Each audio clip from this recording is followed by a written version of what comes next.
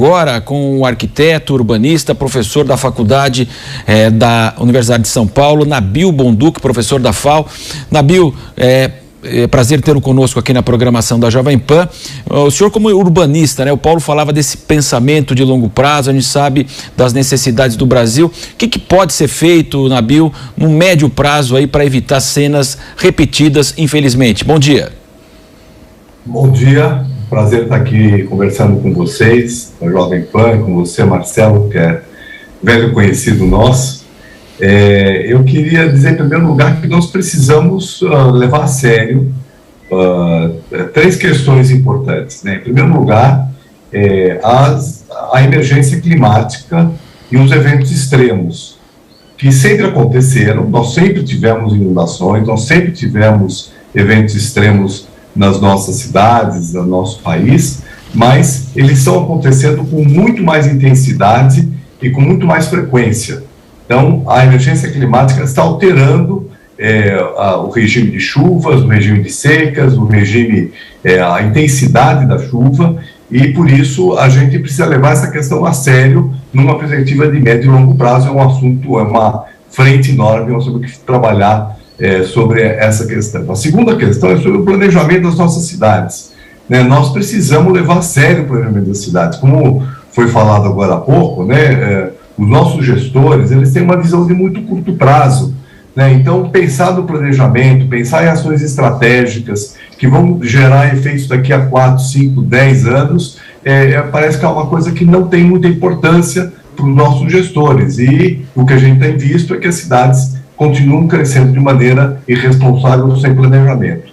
Em terceiro lugar, a necessidade de a gente ter um grande programa de habitação para que se possa produzir habitação em lugares adequados para a população e para que evite esses desastres como a gente tem visto, né? Desabamentos, pessoas desabrigadas. Por quê? Porque elas estão ocupando lugares que não são adequados para moradia, né, ou em costas íngremes, ou fundos de vale. É claro que nós sempre vamos ter, inclusive por conta das emergências climáticas, vamos ter enchentes. Agora, nós podemos estar melhor preparados para evitar isso, para não ter mortes, para não ter tanta gente desesperada, desabrigada.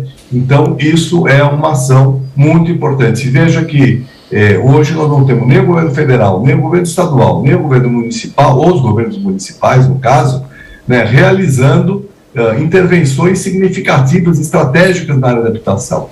O programa Minha Casa Minha Vida, que atendeu aí famílias de baixa renda, hoje ele está restrito a famílias com mais de 4, 5 salários mínimos.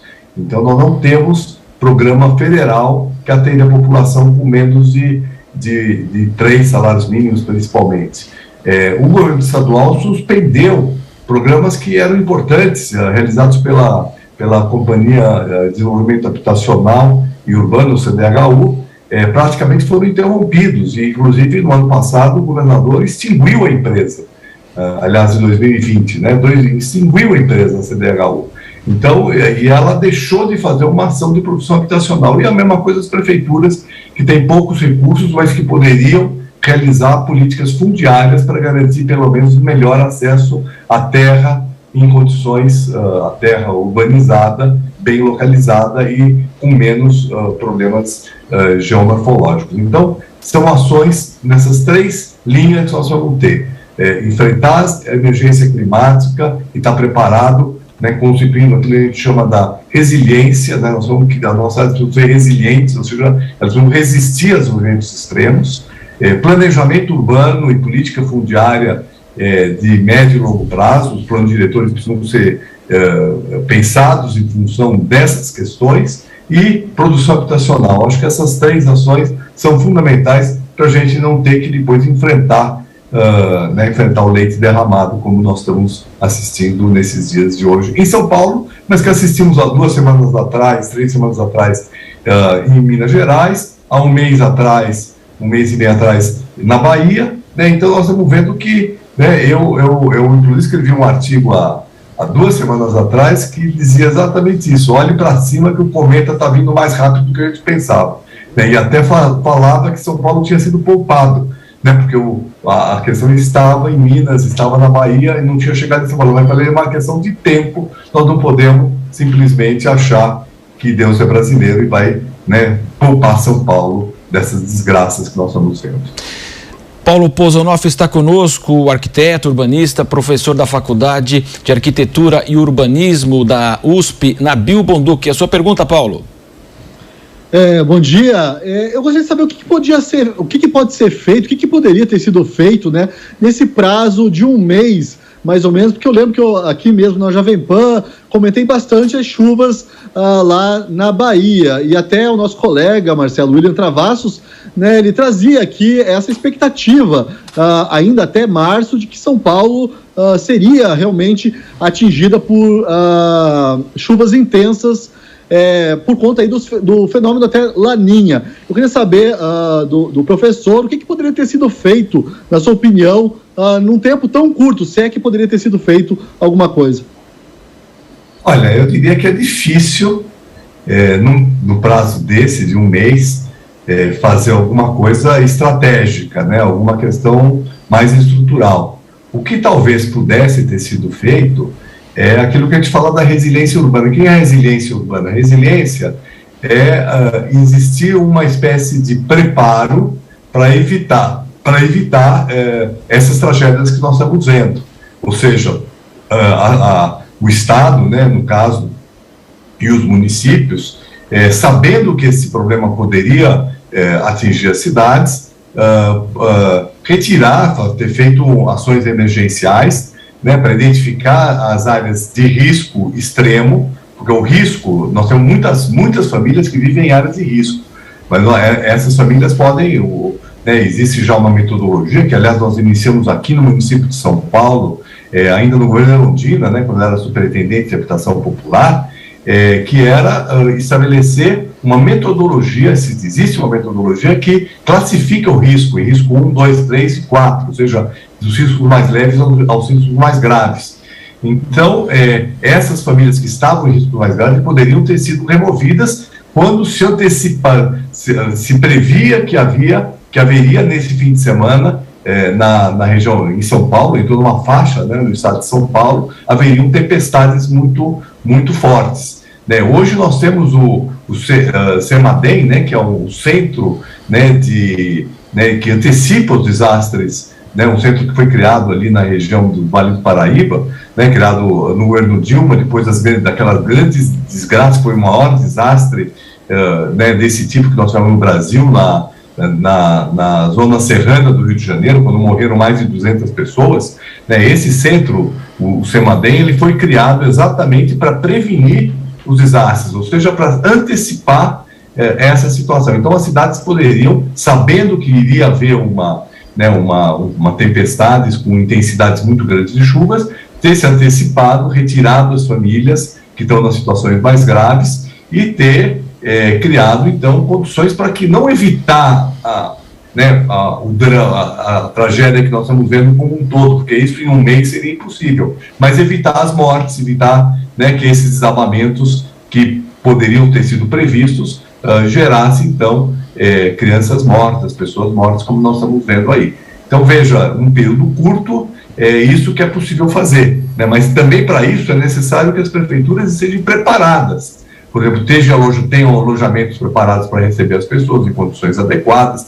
Né? Esse relato que nós ouvimos agora há pouco, né, de uma denúncia que a Defesa Civil entregou uma lona para a família, né? Quer dizer, isso é assim, o limite do desprezo da vida humana, né? O que as prefeituras precisavam ter são lugares preparados para receber as pessoas, que é uma maneira de enfrentar a emergência. Agora, sem medidas estruturais, né, de médio e longo prazo, de fato, essa situação vai se repetir outras vezes e nós vamos atuar nessas duas frentes. Mais resiliência urbana e mais preparo, né, para preparar as cidades para evitar que as pessoas sejam obrigadas a construir nessas regiões. Veja que esses acidentes que nós vimos aqui estão acontecendo em municípios da região metropolitana de São Paulo, né, como Franco da Rocha, Francisco Morato, Imbu, né, que são regiões periféricas da região metropolitana de São Paulo, né, que tem recebido a população de renda mais baixa, que não encontra mais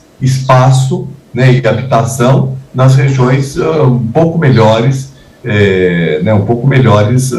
dentro da região metropolitana de São Paulo. Então, outra questão em termos de planejamento urbano, mas aí também é uma medida estrutural, não de curto prazo, é efetivamente a gente ocupar as áreas ociosas subutilizadas que existem na região metropolitana, para evitar que a cidade se expanda para áreas inadequadas do ponto de vista geomorfológico, como são essas que nós estamos vendo aí, né, essa situação tão triste, né, que essas imagens mostram.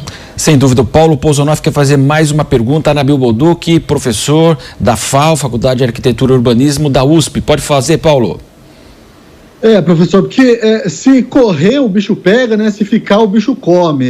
Quando se fala em retirar essas pessoas desses lugares, aí a gente vê também alguns militantes dizendo que isso é uma medida higienista, e também se as pessoas são retiradas, o senhor mencionou até o programa Minha Casa Minha Vida, aí esses lugares acabam tomados por tráfico, por milícia, é uma situação bastante complicada. Eu gostaria de saber, tentando aí encontrar um olhar um pouco diferente, a gente tem tecnologia para tornar essas áreas mais íngremes, né, áreas de morro, habitáveis novamente. A gente vê, fiz um comentário aqui no começo, não sei se o senhor ouviu, morrendo de medo até de falar bobagem, até comparei aí com morros da Europa, eu que não tenho nenhum conhecimento na área. Mas eu queria saber se essa é uma comparação viável e se a gente tem tecnologia para tornar essas áreas íngremes, né, em São Paulo, a gente vê no Rio de Janeiro também, habitáveis, seguras, apesar aí do terreno acidentado e das chuvas. Não, evidentemente existe tecnologia, dependendo do caso, né? Ou seja, como eu disse, nós podemos classificar as áreas de risco em várias categorias. Existem algumas categorias, algumas áreas de risco, que com trabalhos de contenção de encostas, com trabalhos de canalização, de córregos, de melhoria da vazão, né, desses córregos, desses cursos d'água, né, com uma série de obras de engenharia, é possível tornar essas áreas habitáveis, algumas delas, certo? Então, por isso que eu digo, quer dizer, por isso que nós temos que ter um planejamento, ou seja, precisa ser feito um levantamento dessas áreas de risco, identificar que são muito graves, onde fazer uma intervenção desse tipo, uma obra desse tipo, ela é inviável ou ela é tão cara que não vale a pena ser feita, porque também temos essas situações. Às vezes é mais barato você construir uma unidade, uma casa nova, uma unidade habitacional nova, não necessariamente uma casa, do que recuperar ou conter uma encosta. Então, depende de cada caso. Agora, para isso, né, os municípios, né, e o Estado, porque tem municípios que não têm capacidade operacional, pessoal técnico, capacidade administrativa de realizar esse tipo de intervenção. Então, aí é importante a gente ter uma intervenção do Estado para poder fazer esses estudos, esses levantamentos, fazer um planejamento dessa situação. Então, se nós não tivermos esses estudos prévios, nós não vamos nem saber se aquela área pode ser eventualmente recuperada através de intervenções, ou elas são realmente impossíveis de serem ocupadas. Agora, eu acho que nós não temos que criar uma oposição entre a questão de manutenção e remoção, né, como se fossem duas políticas que não se misturam, né? Então, muita gente fala assim, não devemos remover, porque se nós vamos remover, nós vamos levar ela para um lugar mais distante, eventualmente, etc. Ou o contrário, temos que remover todos, né, numa postura, como você falou, higienista. Eu acho que a questão não é a contraposição dessas duas visões, é estudar, planejar e poder, em alguns casos, é necessário, é possível fazer as obras de contenção, as obras de adequação, em outros casos vai ser necessário fazer o deslocamento, o remanejamento. Para isso, nós vamos ter política habitacional. Você citou aí problemas do programa Minha Casa Minha Vida. De fato, o programa Minha Casa Minha Vida tiveram vários problemas na sua execução. Portanto, quando eu falo aqui da necessidade de ter um programa de produção habitacional, não quer dizer que ele tenha que ser exatamente como foi o Minha Casa Minha Vida, né? Mas um programa de produção habitacional, não tenho a menor dúvida que ele é fundamental, de ser implementado não só em São Paulo, como no Brasil como um todo, Nós temos uma demanda habitacional, não só o déficit habitacional. Déficit habitacional, por exemplo, essas famílias que estão em risco seria um déficit habitacional. Mas nós temos que pensar que existem outras famílias que estão se formando hoje no Brasil, né? Nós temos o que a gente chama da demanda demográfica, que são novas famílias que se formam, famílias que migram de uma cidade para outra, que geram uma necessidade habitacional. E essa necessidade habitacional é muito grande. Então, nós não temos um parque habitacional, ou seja, uma quantidade de moradias suficientes para abrigar as necessidades habitacionais, ou seja, o déficit, pessoas que estão morando de maneira muito precária, né, somado à demanda futura. Né, e nós temos que trabalhar sempre com esse horizonte de médio e longo prazo. Então, vão se formar novas famílias. E essas famílias, se não tiverem alternativa habitacional, vão para a área de risco. Então, é fundamental ter programas de produção. Agora, os programas que você levantou, né, do crime organizado ocupar conjuntos habitacionais, isso aí precisa ser, por um lado, estruturado nos programas habitacionais. Mecanismos de engenharia social para evitar isso. Por exemplo, é muito importante que a demanda que vai morar no conjunto ela possa ser previamente organizada, ou seja, que ela tenha já uma coesão social para evitar que haja, né, dentro de uma comunidade a penetração do crime organizado, né, que muitas vezes, inclusive, ocupa casas, muitas vezes expulsa moradores para depois se beneficiar daquele tipo de situação. Então, nós temos que... É uma conversa longa essa, em termos de planejamento habitacional, mas nós temos que trabalhar na perspectiva de criar habitação adequada do ponto de vista social, do ponto de vista urbano e do ponto de vista da habitabilidade. Muito bem, agradecemos então a participação do arquiteto urbanista, professor da Faculdade de Arquitetura e Urbanismo da FAO, né, da USP, Nabil Bonduc. Até mais, Nabil, obrigado. Até mais, obrigado, Marcelo, e até a próxima. Obrigado, Paulo.